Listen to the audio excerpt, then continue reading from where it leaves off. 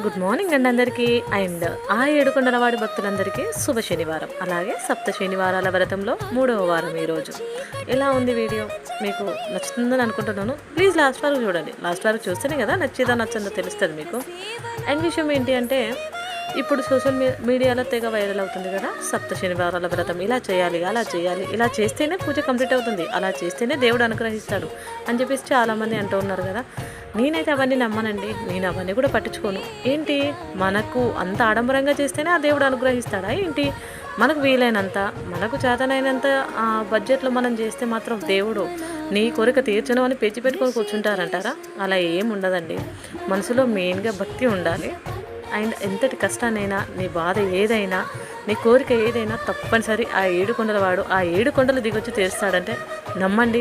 అంతటి నమ్మకం నాకు ఆ తండ్రి అంటే. మరి మీకు ఈ వీడియో నచ్చితే లైక్ చేయండి ప్లీజ్.